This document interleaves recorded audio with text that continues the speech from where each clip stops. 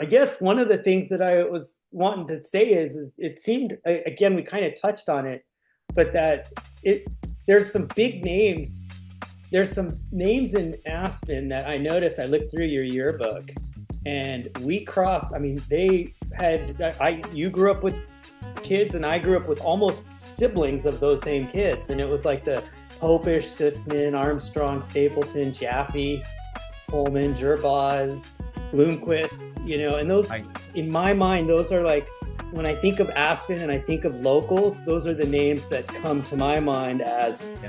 the people who represent Aspen, you know? Yeah, those were certainly, yeah. I mean, Jaffe, those were the long time out, and Jerbaz's, Stutzman's, Stapleton's, um, you know, uh, many of those folks at Meroltz, right? I mean, Yeah. those were certainly the founding father families in the valley, and that continue, till to today.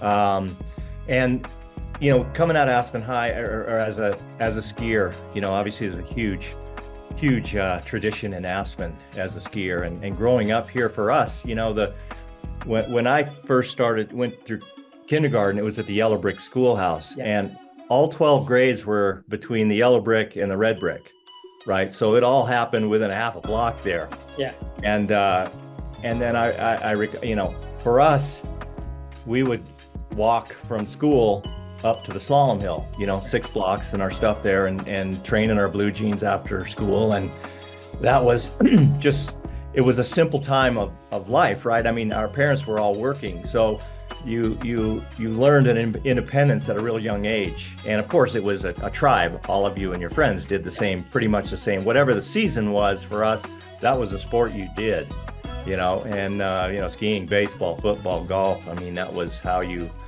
the rhythms of the year turned. Well, it also felt like, to me, it was interesting because in all that stuff, various parents were involved with things, and your parents might not have been involved in one thing, although your parents were pretty involved in the skiing stuff. But it felt like no matter what, you always had some parents, and so in a way, we kind of all grew up with several parents, not just our own of blood, but parents that were involved in the stuff that we were doing. And so it was kind of an interest. I mean, when you're in a small town, that happens, but it felt like there was a very connected issue there that. Yeah, yeah, I think you're right. And right, there was a lot of collaboration, like, whose parent just actually has the car when the kids got off skiing or baseball, that would take them as far as they could, but it was such a more innocent time also. I mean, it was a small town. The safety thing, parents, they trusted all of us, for get yourself wherever you need, whether it's on a bus or a bicycle, and you figured it out. As long as you were home for dinner, it was all was good. Yeah, exactly. I felt like,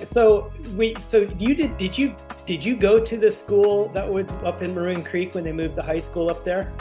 I was it was interesting. In 8th grade, they just completed the middle school, and we went up there for the last month of school in that new school. It's really cool.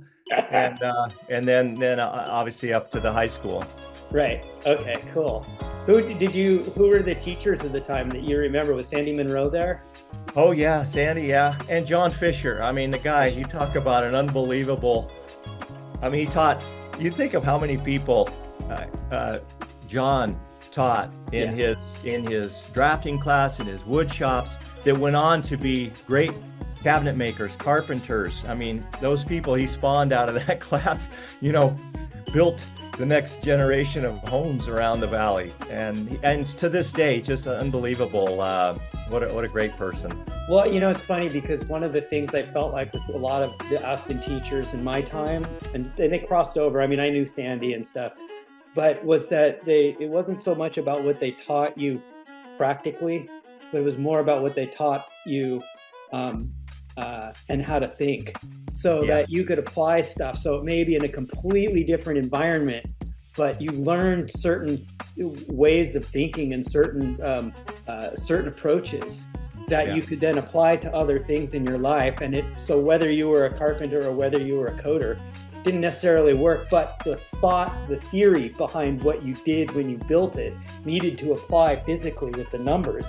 And so if you could think about that stuff and apply it, you could make it work, you know?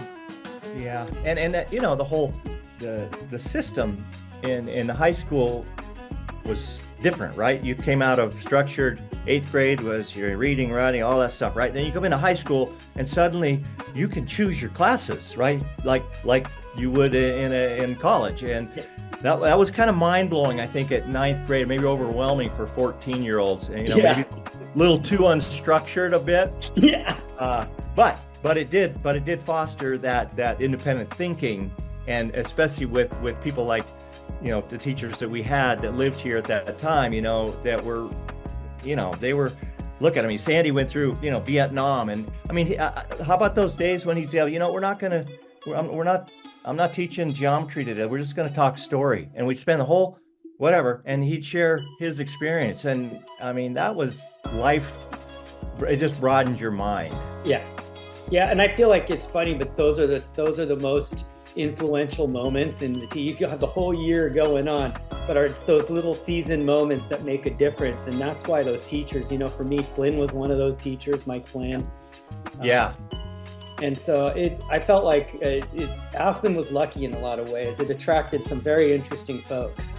No, exactly right. All those guys coming out with their, you know, teaching degrees, but they wanted to be in a place like this doing it, you know, and they got to pass that on. They'd pile all you guys in a car, Flynn, before school, and go up, and you'd ski the spring lap up on Mountain Boy and go back in time for school. I mean, that was to me what made Aspen so unique.